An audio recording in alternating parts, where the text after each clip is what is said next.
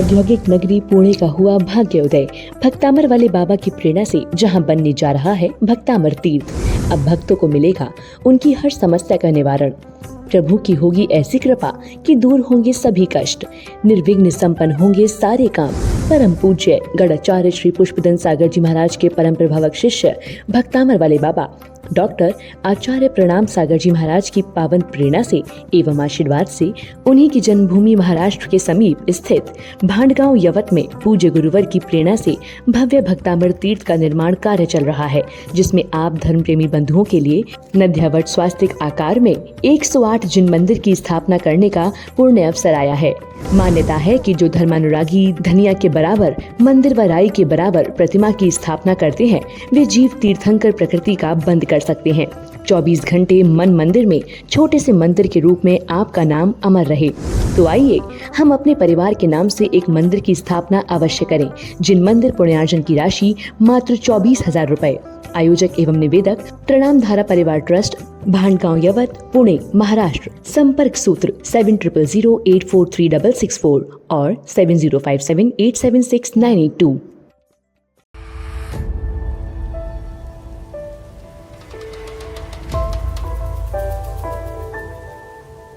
गुरुः पान्तलो नित्यं ज्ञानदर्शननायकः चारित्रार्णो गम्भीरा मोक्षमार्गोपदेशकः। समस्त आचार्य पदवेष्टि के चरणों में नमोस्तु करते हुए, आचार्य किसे कहते हैं? जो मुनि पंचाचारों का पालन स्वयं करते हैं, अन्य साधुओं को कराते हैं, दीक्षा प्रदान करते हैं, चतुर्विध संघ के नायक होते हैं, उन्हें आचार्य पदवेष्टि कहा जाता है। पंचाचार्य कौन कौन से हैं? पंचाचार किसे कहते हैं? 5 प्रकार के समीचीन आचरण को पंचाचार कहा जाता है। ये 5 ही प्रकार के होते हैं: दर्शनाचार्य, ज्ञानाचार्य, चारित्राचार्य, तपाचार्य और वीर्याचार्य। सबसे पहले यहाँ पर आता है दर्शनाचार्य। दर्शन के प्रति जो आचरण करते हैं, सच्चे देव शास्त्र गुरु के प्रति जो श्रद्धा रखता है, उसे यहाँ समय दर्शन कहते हैं। जो इनका आचरण करता है, उन्हें दर्शनाचार्य कहते हैं। अब समय दर्शन के 8 अंग होते हैं: निशंकित, शंका नहीं करना; निकांक्षित, किसी प्रकार की आकांक्षा नहीं करना; निर्विचिकित्सा, मुनियों के मलिन तर्क को देख करके ग्लानि नहीं करना निर्विचिकित्सा है। अमूल दृष्टि, मूर्ता का त्याग करके अपना जीवन यापन करना अमूल दृष्टि है। उपमोहन, दोषों को ढकना, स्तुतिकरण, संयम के मार्ग पर स्तुतिकरण करना, वात्सल्य भाव को बढ़ाना और धर्म की प्रभावना करना। ऐसे समय दर्शन के 8 अंग हुआ करते हैं। एक अंग भी कम हो जाए तो समय दर्शन आपका खत्म हो जाया करता है। और यह समय दर्शन 25 दोषों से रहित अष्टांग सम्यक दर्शन, 25 दोषों से रहित समय दर्शन हुआ करता है, जिसमें 8 मद, 8 संकादि दोष, 6 अनायतन, 3 मूर्ता और 8 समय दर्शन के विपरीत। इस प्रकार से 25 दोषों से जो रहित होता है, 8 अंगों का जो पालन करता है, वही समय दर्शन के साथ अपने जीवन को यापन कर सकता है। यहाँ पर सबसे पहले दर्शनाचार्य का पालन करते हैं, अन्य साधुओं को कराते हैं। बिना समय दर्शन के जीव सिद्ध गति की यात्रा नहीं कर सकता है। जीवन में समय दर्शन होना सबसे मुश्किल काम होता है। चारित्र को धारण करना बहुत आसान है, लेकिन यहाँ सम्यक दर्शन को जो धारण कर लेता है वही सम्यक के साथ सिद्ध व्यक्ति की यात्रा को कर सकता है। दूसरा यहाँ पर आता है ज्ञानाचार्य, ज्ञान के प्रति आचरण रखने वाले, 8 प्रकार के सम्यक ज्ञान का जो आचरण करते हैं, 3 दोषों से रहित सम्यक ज्ञान का पालन करते हैं, उन्हें यहाँ पर ज्ञानाचार्य कहा जाता है। सम्यक दर्शन के 8 अंगों के बारे में सब कोई जानते हैं। सम्यक ज्ञान के भी 8 अंग हुआ करते हैं, जिसमें आता है शब्दाचार्य, जैसा लिखा हुआ है वैसे शब्दों का आचरण करना। अर्थाचार्य, शब्दों के साथ अर्थ भी निकलना चाहिए। उभयाचार्य, शब्द अर्थ के साथ दोनों का कॉम्बिनेशन करके अपनी वाणी को सभी भव्य जीवों के सामने रखना उभयाचार्य होता है। इसके बाद स्वाध्याय करो, कालाचार्य, समय के साथ ही स्वाध्याय करो, असमय में स्वाध्याय नहीं करना, यह समय ज्ञान का एक अंग है। इसके बाद है विनयाचार्य, स्वाध्याय करो विनय के साथ। इसके बाद आता है उपधानाचार्य, बहुमानाचार्य और अनिर्वाचार्य। जहां से हमें एक अक्षर का भी ज्ञान प्राप्त हुआ है, उनके नाम को नहीं छिपाना, पूर्ण भाव सम्यक ज्ञान के प्रति बनाए रखना। इसे जैन आगम में सम्यक ज्ञान कहा जाता है। इसके प्रति जो आचरण रखता है उसे यहाँ पर ज्ञानाचार्य कहा जाता है। इसके बाद 3 दोषों से रहित, संशय नहीं करना, विमोह नहीं करना, अनध्यवसाय, विपरीत ज्ञान भी नहीं रखना। इस प्रकार के भाव आचार्य पददृष्टि में देखे जाते हैं। तीसरा यहाँ पर है चारित्राचार्य, हर दिगंबर संत चारित्र के प्रति आचरण रखता है। जो उसने दिगंबर को धारण किया है उनके पूरे नियमों का पालन करता है, 28 मूल गुणों का पालन करता है, अपने चारित्र के प्रति दृढ़ रहा करता है, उसे यहाँ पर चारित्राचार्य कहा जाता है। और होता है तपाचार्य। तपाचार्य, करते तपस्या नदी तट पर तल वर्षा की झड़ियों में समतार सपान किया करते, सुख दुख दोनों की घड़ियों में। इस प्रकार का जो आचरण करता है उसे यहाँ पर तपाचार्य कहा जाता है। वीर्याचार्य, जो शक्ति है, शक्ति के साथ ध्यान चिंतन मनन कायक्लेश तप करना, इस प्रकार की भावना के साथ आचार्य पददृष्टि आचरण करते हैं। अन्य साधुओं को भी इस प्रकार का आचरण कराते हैं। प्रश्न यहाँ पर खड़ा है, आचार्य पददृष्टि के भी कोई मूल गुण तो होते होंगे? हाँ भाई, आचार्य पददृष्टि के भी 36 मूल गुण हुआ करते हैं, जिसमें 12 तप आते हैं, 10 धर्म आते हैं। इसमें आचार्य पददृष्टि के 36 मूल गुण हुआ करते हैं। गुण 36, 25, 8, 20, 36 गुण आचार्य पददृष्टि के होते हैं। उपाध्याय के 25 मूल गुण होते हैं। साधु पददृष्टि के 28 मूल गुण हुआ करते हैं। 36 मूल गुणों में सबसे पहले आता है 12 तप, 10 धर्म, पंचाचार्य, 60 आवश्यक और 3 भुक्तियां।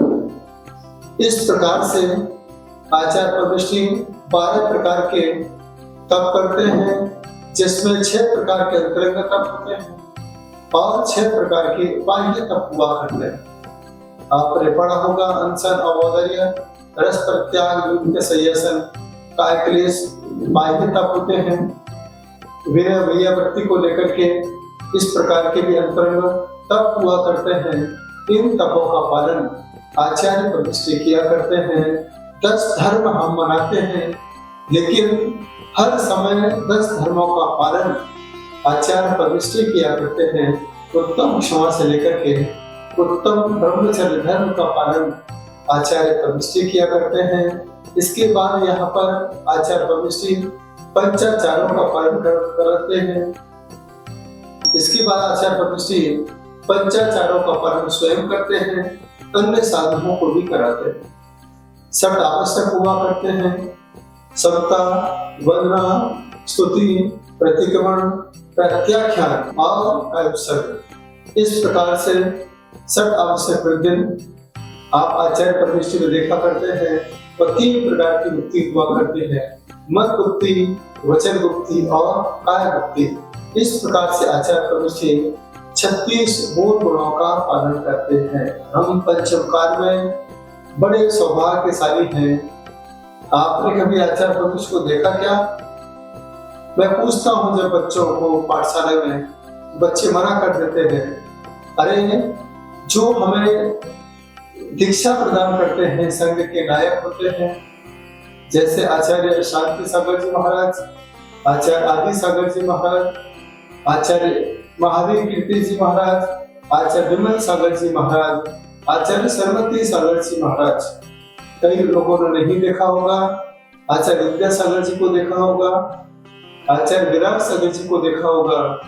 वर्तमान में आचार्य पुष्पदंत सागर जी महाराज, जैसे आचार्य कुंतो सागर जी महाराज, देवनंदी जी महाराज, गुप्ती नंदी जी महाराज, पुरक सागर जी महाराज, ये सब जहाँ जहाँ पर पहला शब्द आचार्य लगा हो, उन परमेष्टि को आचार्य परमेष्टि कहा जाता है।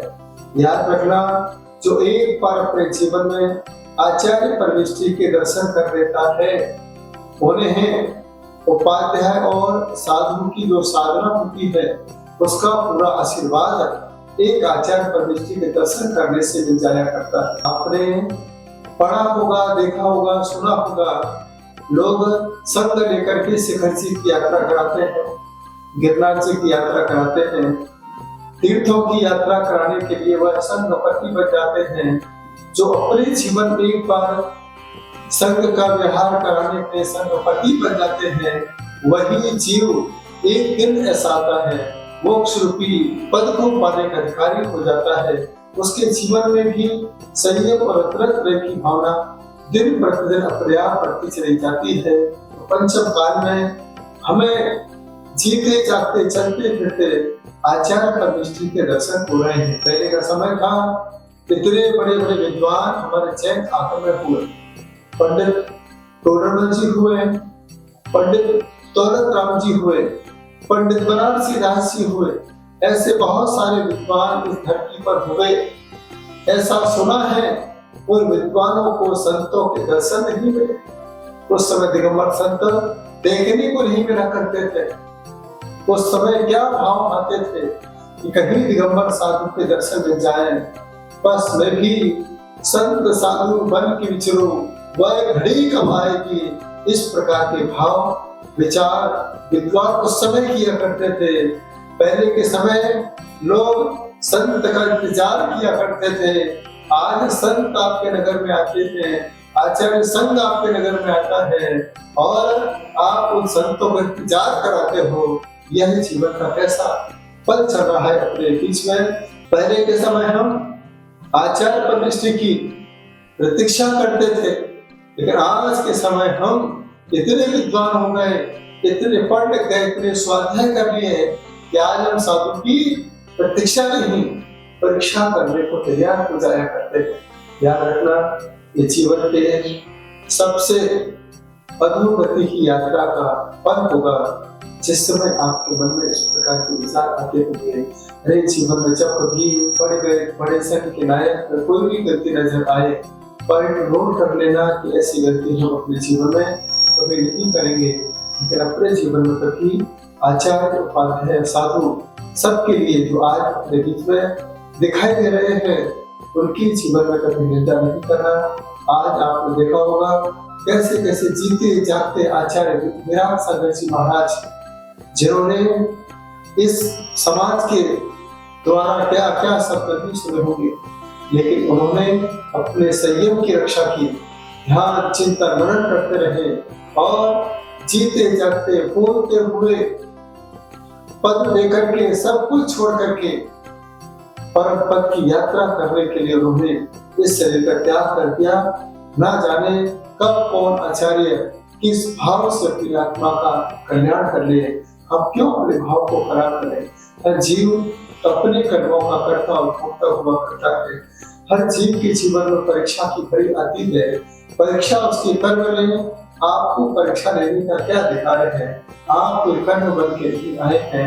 आप तो सिर्फ अच्छे कर्म करके कर्मों की रचना करने के लिए आचार्य परमेश्वर के संपर्क में आए हैं। इस प्रकार से आचार्य परमेश्वर हमें आचरण का आशीष दे, हमें आगे बढ़ने का आशीर्वाद प्रदान करें। यह भाव हमेशा आगे बढ़ाते रहना। तो संत आचरण का आशीष देते हैं, तरने का ताबीज देते हैं, बोधि और समाधि का बीज देते हैं, जो कोई न दे सके ऐसी वो चीज दिया करते हैं। ऐसे आचार्य पुष्पतंत्र सागर से महाराज के चरणों में नमोस्तु करते हुए आशीर्वाद की भावना रखते हुए कि हमारे जीवन में सदा आपका आशीर्वाद बना रहे। अगर आप नहीं होते तो मैं आज यहाँ तक नहीं होता।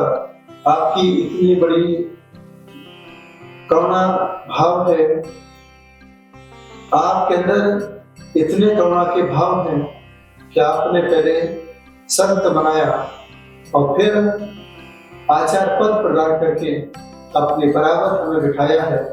बस हम आपके उपकार को कभी भूल नहीं सकते हैं। तो आज पंचम काल है, इस पंचम काल का सबसे बड़ा पद, इससे बड़ा पद आपको पंचम काल में देखने को नहीं मिलेगा। अरिहंतों को आप प्रतिमा में देख सकते हो, सिद्धों को हम निराकार महसूस कर सकते हो, लेकिन आज आचार्य परमेश्वर में इसी के प्रभाव से आज प्रतिष्ठा देखने को मिल रही है। परम पिता परमात्मा की मूर्तियां, तीर्थंकरों की प्रतिष्ठा देखने को मिल रही है। सब कुछ आचार्य परमेश्वर का ही प्रभाव है। इसीलिए नमोकार में सबसे बीच में है आचार्य परमेश्वर। इनका आशीर्वाद सदा सदा आप प्राप्त करते रहे, उनकी सेवा में रहे। जितना हो सके उतना हम संघ की वैयावृत्ति करें, संघ की व्यवस्था बढ़ाएं। जब साधु की आचार्य परमेश्वर के संघ की हम रक्षा करेंगे, ये मान के चलना आपने जिन धर्म की रक्षा की है, जिन धर्म में चक्र सर्वथा चलता ही रहेगा, जो इसकी शरण लेगा वो सुरक्षित रहेगा। ऐसे आचार्य परमेश्वर के चरणों में बार बार नमोस्तु करता हूँ, नमोस्तु करता हूँ, नमोस्तु।